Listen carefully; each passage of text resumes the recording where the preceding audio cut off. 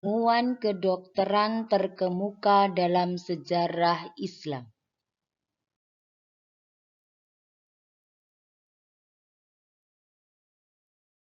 Kita mempelajari ilmuwan kedokteran, mari kita dahulu apa sebenarnya tujuan pembelajaran ilmu kedokteran masa Daulah Abbasiyah. Untuk mempelajari ilmuwan dinasti Abbasiyah, tujuannya menelaah tokoh ilmuwan kedokteran dan peranannya dalam kemajuan peradaban Islam pada masa Daulah Abbasiyah. Yang kedua, tujuannya menampilkan informasi biografi dan karya ilmuwan kedokteran pada masa Daulah Abbasiyah.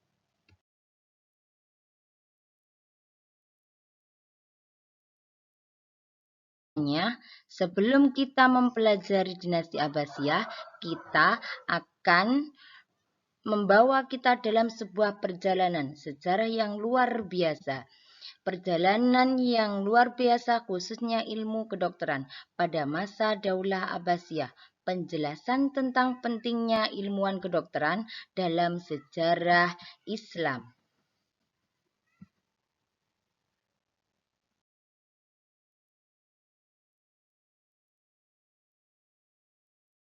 Dari ilmuwan dinasti Abbasiyah, saya akan bertanya kepada kalian, apa yang kalian ketahui tentang Ibnu Sina, Ar-Razi, dan Ali Rabbani At-Tabari sebelum kita membahas tentang ilmuwan kedokteran?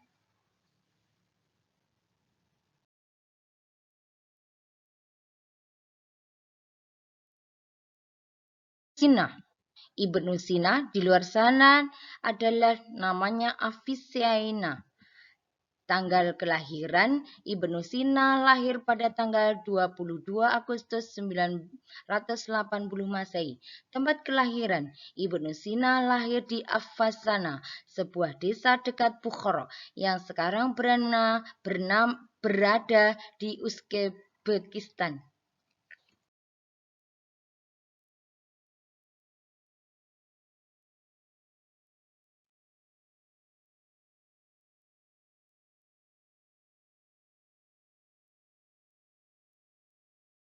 Ibnu Sina dalam kedokteran.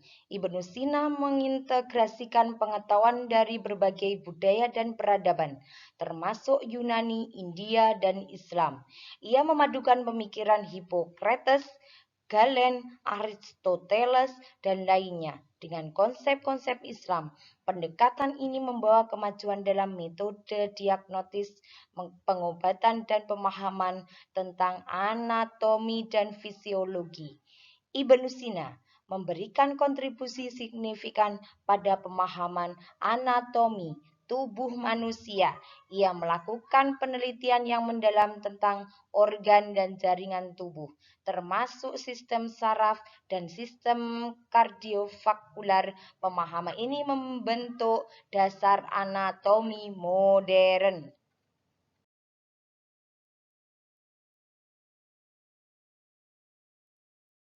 Ar-Razi, Razes, panggilan dari Ar-Razi di dunia barat. Tanggal kelahiran Ar-Razi lahir pada tahun 865 Masehi. Tempat kelahirannya Ar-Razi lahir di Rai atau Rajes yang sekarang dikenal sebagai Rai, sebutan kota di dekat Teheran, Iran.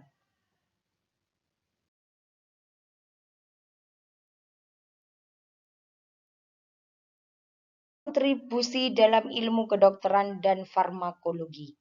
Ar-Razi adalah salah satu pendiri tekmakologi modern. Ia melakukan penelitian yang mendalam tentang obat-obatan dan metode prosesan bahan obat. Karyanya, Kitab Al-Hawi, adalah referensi farmakologi utama yang mencakup berbagai obat-obatan dan metode pembuatan obat. Ar-Razi membedakan antara berbagai kategori obat-obatan dan mengklasifikasikannya berdasarkan efek dan indikasi medisnya.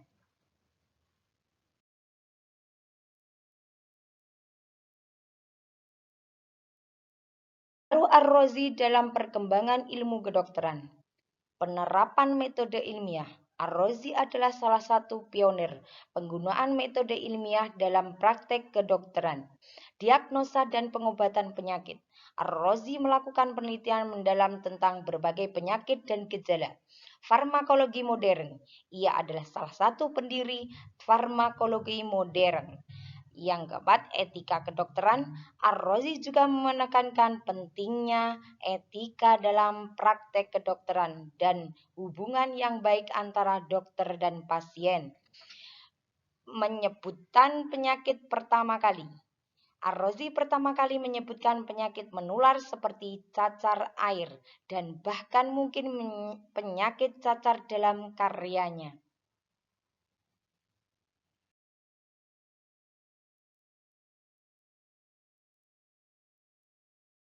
Ar-Rabban At-Tabari. Tanggal kelahiran Ali ibnu Abbas At-Tabari hidup pada abad ke-10, tetapi tanggal kelahirannya pastinya tidak diketahui. Tempat kelahiran Ali ibnu Abbas At-Tabari lahir di kota Tabaristan, yang sekarang dikenal sebagai Mazandaran, Iran Utara.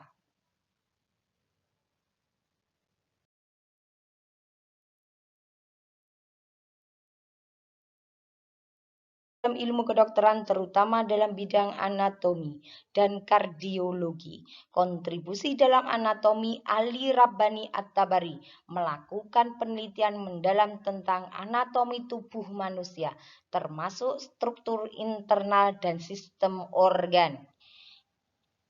Kontribusi dalam kardiologi.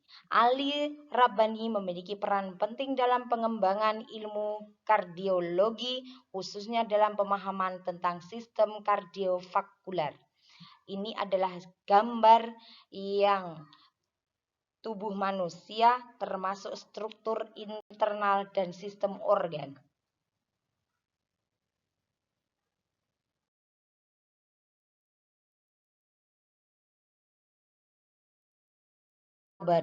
Yaitu Firdaus Al-Hikmah. Gambar tersebut menunjukkan itu adalah kitab Firdaus Al-Hikmah yang dikarang oleh Ali At-Tabari.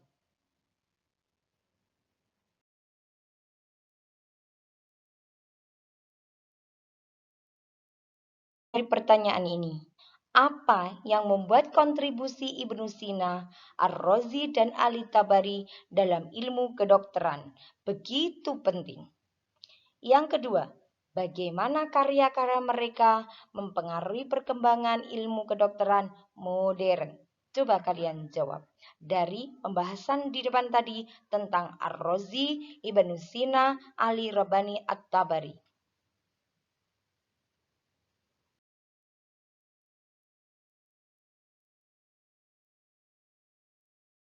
Pengaruh pada ilmuwan kedokteran modern. Pengetahuan yang dikembangkan oleh Ali Rabbani At-Tabari dan ilmuwan sejawatnya di masa Daulah Abbasiyah menjadi salah satu dasar ilmu kedokteran modern. Kontribusi mereka membantu membentuk pemahaman kita tentang struktur tubuh manusia dan sistem kardiovaskular. Seperti yang kita lihat pada gambar tersebut.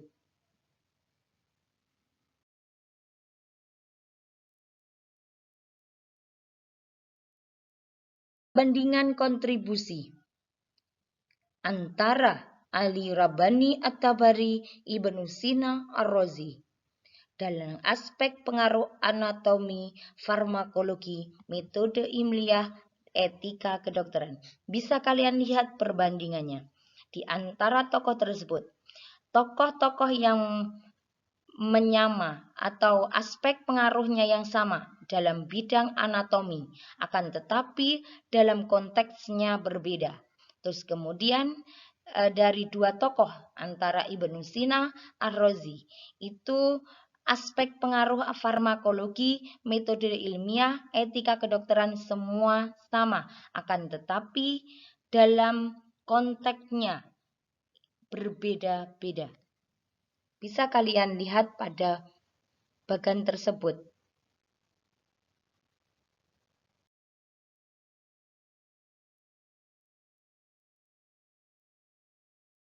mereka dalam ilmu kedokteran modern. Ali Ibnu Abbas Al-Rabban At-Tabari. Kontribusinya dalam anatomi dan kardiologi membantu membentuk dasar ilmu kedokteran modern dalam pemahaman struktur tubuh manusia dan penyakit jantung. Kemudian Ibnu Sina. Dari kitabnya Al-Qanun Fitibnya masih menjadi referensi dalam ilmu kedokteran. Konsep interdisipliner dan etika medis dia tekankan berlanjut dalam praktek medis saat ini. Kemudian, Ar-Razi, pendekatannya yang berbasis metode ilmiah dan kontribusinya dalam farmakologi modern, mempengaruhi pengobatan dan penelitian obat-obatan dalam ilmu kedokteran saat ini. Etika kedokteran yang dia tekankan juga tetap relevan dalam hubungan antara dokter dan pasien.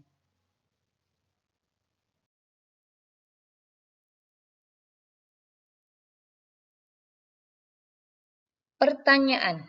Silahkan kalian menjawab pertanyaan ini. Bagaimana kontribusi Ibnu Sina dalam kitab Al-Qanun Fitib mempengaruhi perkembangan ilmu kedokteran selama berabad-abad? Dan apa karya masih relevan dalam ilmu kedokteran modern? Yang kedua, apa yang membedakan pendekatan ilmiah Ar-Razi dalam kedokteran? Dan bagaimana pendekatan ini mempengaruhi praktek medis modern? Yang ketiga, bagaimana Ali Ibnu Abbas Ar-Tabari memberi kontribusi dalam bidang anatomi dan kardiologi, dan mengapa pemahaman tentang anatomi masih penting dalam ilmu kedokteran. Yang keempat, bagaimana etika kedokteran yang ditekankan oleh Ibnu Sina Ar-Razi berperan dalam hubungan antara dokter dan pasien, dan mengapa etika kedokteran tetap menjadi aspek penting dalam praktek medis. Yang kelima, bagaimana penggunaan metode ilmiah oleh Ar-Razi dalam diagnosa dan pengobatan penyakit mempengaruhi praktek medis modern, dan apa manfaat dari pendekatan berbasis bukti dalam ilmu kedokteran.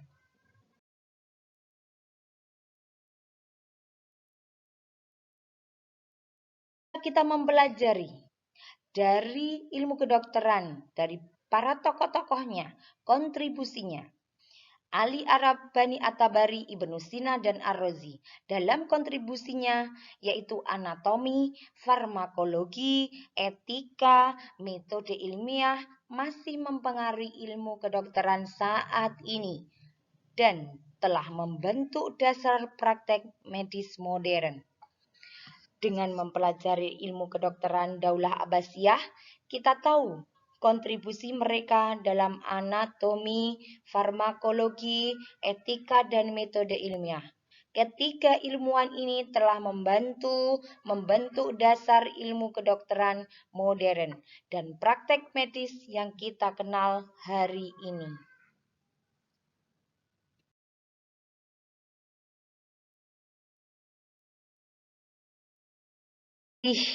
Kepada semua siswa atas perhatian dan keterlibatan kalian dalam penjelasan mengenai ilmuwan kedokteran tadi.